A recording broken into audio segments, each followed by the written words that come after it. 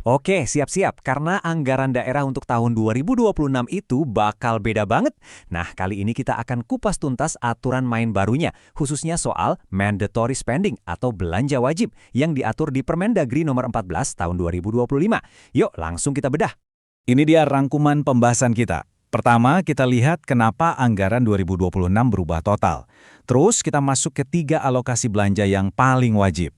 Ketiga, kita bahas soal pajak yang hasilnya itu udah punya tujuan khusus. Keempat, kenapa sih aturan ini penting banget?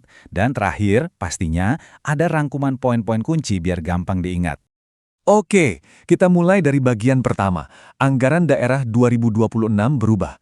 Gini, ini bukan cuma sekedar penyesuaian angka ya, tapi ini benar-benar mengubah cara pemerintah daerah dalam menyusun anggarannya. Nah, ini dia, jantung perubahannya. Permendagri ini menetapkan prioritas belanja yang sifatnya non-negotiable. Artinya, nggak bisa ditawar-tawar lagi. Ada pos-pos anggaran tertentu yang wajib, harus dipenuhi oleh semua Pemda. Jadi, ini benar-benar mengubah fondasi penyusunan APBD. Terus, apa sih mandatory spending itu? Gampangnya gini, ini tuh alokasi anggaran yang udah dikunci sama peraturan. Jadi, pemerintah daerah nggak punya pilihan lain, harus dipenuhi. Inilah dasar dari semua struktur APBD yang baru. Oke, sekarang kita masuk ke intinya. Ada 3 alokasi belanja wajib yang angkanya itu spesifik banget dan harus jadi perhatian utama buat siapapun yang menyusun anggaran daerah. Pertama, ini yang mungkin udah nggak asing lagi, pendidikan. Minimal 20% dari total APBD wajib dialokasikan ke sini. Ini sekali lagi menegaskan kalau pembangunan sumber daya manusia itu prioritas utama negara kita. Nah, kalau yang ini perubahannya signifikan banget. Minimal 40%, ya 40% dari APBD harus lari ke infrastruktur pelayanan publik. Ini dorongan yang luar biasa besar buat pembangunan jalan, jembatan, irigasi, dan fasilitas publik lain yang efeknya langsung ke masyarakat dan ekonomi. Dan ini dia aturan penyeimbangnya. Ada batas atasnya nih. Belanja pegawai sekarang dibatasi ketat, yaitu maksimal hanya boleh 30% dari total APBD. Intinya apa?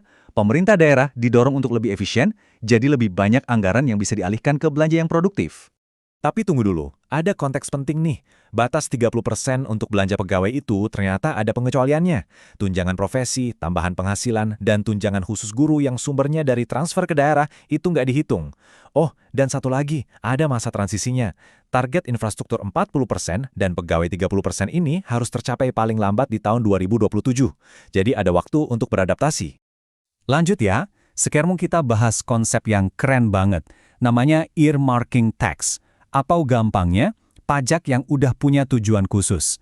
Jadi, pendapatan dari pajak ini nggak masuk ke kantong umum APBD, tapi langsung dialamatkan untuk pos belanja yang spesifik.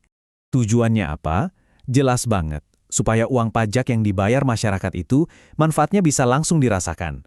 Jadi, ada hubungan yang transparan dan langsung antara bayar pajak dengan perbaikan layanan publik. Keren kan? Coba kita lihat detailnya di sini. Misalnya nih, option pajak kendaraan bermotor. Minimal 10% dari hasilnya itu wajib dipakai buat bangun atau ngerawat jalan dan transportasi umum. Atau contoh lain yang angkanya gede, pajak rokok. Setengahnya loh, 50% itu harus buat pelayanan kesehatan dan penegakan hukum. Jadi jelas ya, setiap rupiah itu udah ada alamatnya. Oke, kita udah bahas apa aturannya, sekarang kita geser ke kenapa aturan ini ada. Karena di balik semua angka dan persentase ini, ada tujuan strategis yang jauh lebih besar. Ini dia alasannya. Aturan ini dibuat untuk menyamakan langkah kebijakan fiskal antara pusat dan daerah. Terus, untuk memastikan setiap daerah itu memenuhi standar pelayanan minimal atau SPM. Dan yang paling penting, ya untuk mendorong belanja yang lebih produktif, biar kesejahteraan masyarakat dan pertumbuhan ekonomi bisa lebih cepat tercapai. Jadi, waktu kita bicara soal alokasi 20% untuk pendidikan dan 40% untuk infrastruktur, ya inilah tujuan akhirnya. Layanan pendidikan yang makin berkualitas dan infrastruktur yang lebih baik dan merata. Aturan ini ibarat alat untuk mewujudkan hasil nyata di lapangan. Oke, kita sudah sampai di bagian akhir. Yuk kita rangkum poin-poin paling penting dari aturan main APBD 2026 ini biar nempel terus di kepala. Ini dia angka-angka kuncinya.